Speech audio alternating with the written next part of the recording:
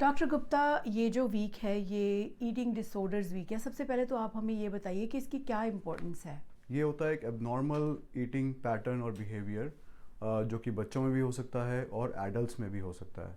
तो abnormal eating pattern का behaviour का के 3 या 4 अलग अलग पैटर्न्स होते हैं। उसमें बच्चा या बड़ा या तो बहुत कम खाता है या फिर मतलब इतना कम खाता है कि वो उसकी वेट बिल्कुल कम हो जाता है और पता लगता है देखने में कि ये बच्चा या ये पर्सन जो है वो सफिशिएंट न्यूट्रिशन नहीं ले रहा है। कुछ होते हैं कि बहुत ज़्यादा खा के फिर उसको उल्टी करते हैं, तो एक और पैटर्न होता है। पहला वाला जो पैटर्न मैंने बताया उसको कहते हैं एनोरेक्सिया, दूसरा होता है बुलीमिया, और बाकी और भी पैटर्न्स मैं बताऊंगा। तो ये एक मिक्स्ड अलग अलग पैटर्न्स हैं ईटिंग के जो कि अब नॉर्मल हैं।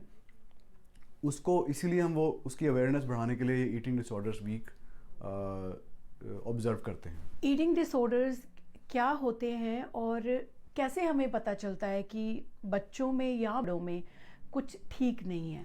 बच्चे जो हैं वो पिकी ईटर होते हैं या खाते नहीं हैं ठीक से, तो हम उसमें सारे बच्चे इस तरह नहीं कैटेगराइज कर सकते कि इनको ईटिंग डिसऑर्डर है।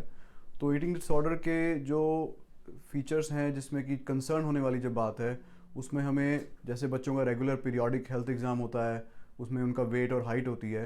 तो अगर हमें देखें कि भाई पीडियाट्रिशियन हमें बताएगा कि इनकी हाइट और वेट, इनके जो परसेंटाइल है इनकी जो होनी चाहिए उस एज पे उससे बहुत कम है, तो that is a sign of eating disorder कि बच्चा जो है ठीक से न्यूट्रिशन उसको नहीं मिल रहा है।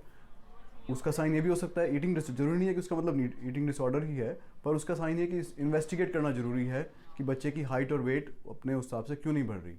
दूसरा ये है कि अगर बच्चा बहुत स्ट्रेस में आपको नज़र आ रहा है या बहुत इमोशनल उसके मूड स्विंग्स हो रहे हैं खाने को लेकर और वो बिल्कुल खा ही नहीं रहा जितना आप एक्सपेक्ट करते हो कि इस एज का बच्चा खाएगा या खाएगी, वो बिल्कुल नहीं, उसमें बहुत उससे बहुत ज़्यादा कम खा रही है, तो दैट मीन्स कि कुछ उसमें उसको माइंड में कुछ उसके हो सकता है फूड के बारे में। फूड का जो माइंड से रिलेशनशिप है वो इम्पॉर्टेंट है, बहुत ज़रूरी है कि वो एक बैलेंस्ड रिलेशनशिप हो, बहुत कम भी नहीं खाना, बहुत ज़्यादा भी नहीं खाना। कितने इंसिडेंट्स होने ज़रूरी है इस तरह फूड रिलेटेड कि हमें लगे कि कुछ नॉर्मल नहीं है, मतलब is it within a week, और क्या ये पहले से भी ऑनसेट शुरू हुआ हो सकता है इसका?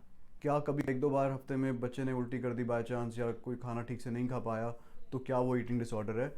आई थिंक पैटर्न देखना पड़ेगा हमें, months over months and years pattern देख के, और उसका वेट वगैरह बढ़ रहा है कि नहीं, या ओवरऑल लंच बच्चा स्कूल में खा के आ रहा है नहीं आ रहा। तो ओवरऑल बहुत सारी चीज़ों को हमें कंसिडर करना पड़ेगा, सिर्फ 1-2 एपिसोड से हम इसका वो नहीं लगा सकते कि भी ईटिंग डिसऑर्डर है। जब हमें पता लग जाए कि किसी को ईटिंग डिसऑर्डर है तो उसका ट्रीटमेंट कैसे होता है? कॉम्बिनेशन मतलब टीम वर्क होगा इसमें, न्यूट्रिशन भी इन्वॉल्व होगा, साइकाइट्री भी इन्वॉल्व होगी, साइकोलॉजी भी इन्वॉल्व होगी, थेरेपी इन्वॉल्व होगी। अगर किसी को ईटिंग डिसऑर्डर है तो एक multi factorial multi team based intervention चाहिएगा, क्योंकि ये सिंपल सोल्यूशन नहीं है और हम जोर ज़बरदस्ती करके खुद से बच्चे को नहीं ठीक कर सकते इस, अगर डिसऑर्डर रियली है तो। अगर ईटिंग डिसऑर्डर्स का टाइम से ट्रीटमेंट ना हो तो किस तरह की रिpercussions हो सकती हैं? इट कैन रियली अफेक्ट कि हेल्थ पर बहुत ज़्यादा नेगेटिव इफेक्ट हो सकता है ईटिंग डिसऑर्डर्स का।